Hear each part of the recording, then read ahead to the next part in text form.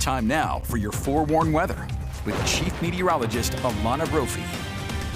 Okay, a big weather day, we know. And Alana, I think you used the word earlier, soggy is really what we're talking about. That's the setup as we head into our Saturday. I want to show you some flash flooding from last night. This comes from Emery County. This was Chute Canyon.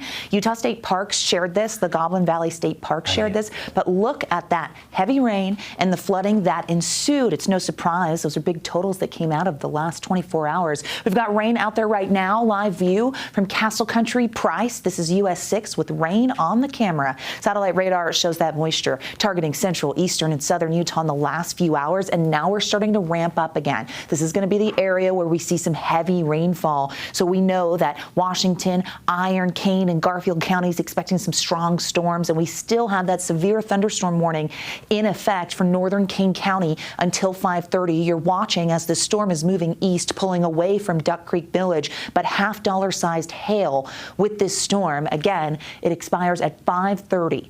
Flood watch in effect until late Saturday, and this is for a bulk of the Beehive State. With our tropical remnants, that moisture is going to provide heavy rainfall. Live view from the ABC4 studios, our Colonial Flag Tower camera showing an increase of moisture. Southerly winds pushing the flag as we sit at 77 degrees. It's blustery.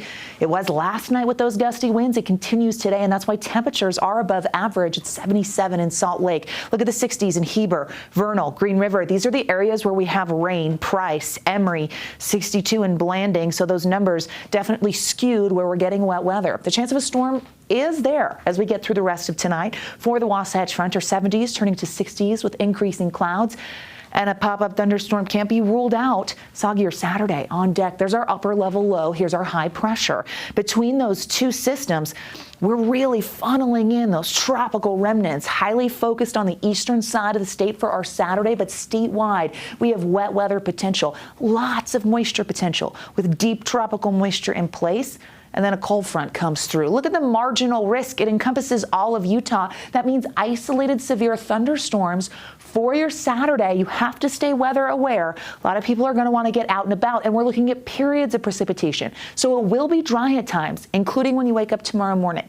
Maybe you have toddler soccer. It's going to be dry, and then it gets rainy. We look at the slight chance of excessive rainfall in eastern Utah tomorrow. Marginal risk in green includes the Wasatch Front. Any storm that develops is going to have heavy rain.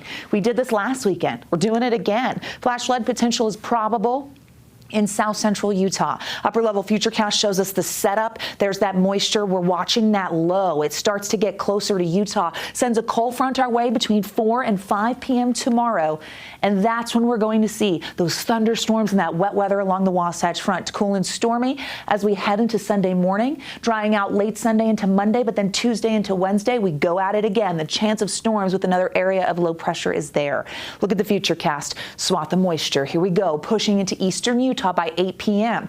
Getting geared up to go again in the south between 8 and midnight. Iron and Washington County get some heavy rain. We see that extend all along the southern border. A few storms make it to the Wasatch back and into central Utah. Nocturnal wet weather along the I-15 corridor and in portions of southern and eastern Utah. Here we are by 10 a.m. It's quiet.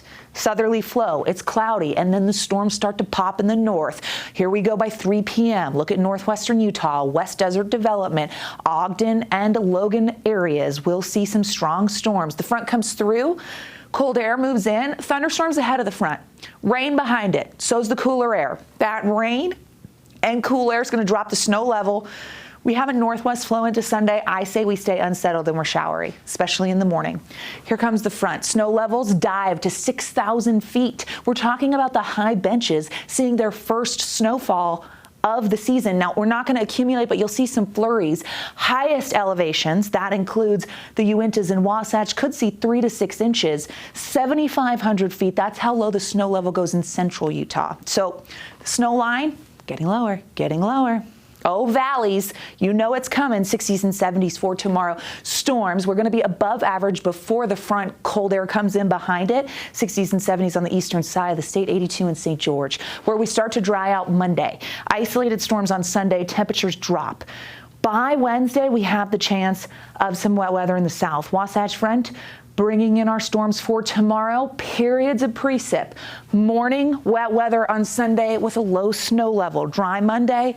We rendezvous with wet weather again Tuesday, Wednesday, and Thursday. We're riding the fall roller coaster with temperatures. The Utes game. We got to talk about it, friends. It is going to be cold. It is going to be wet. And now it looks as though tailgaters will likely have some thunderstorms as that front comes through.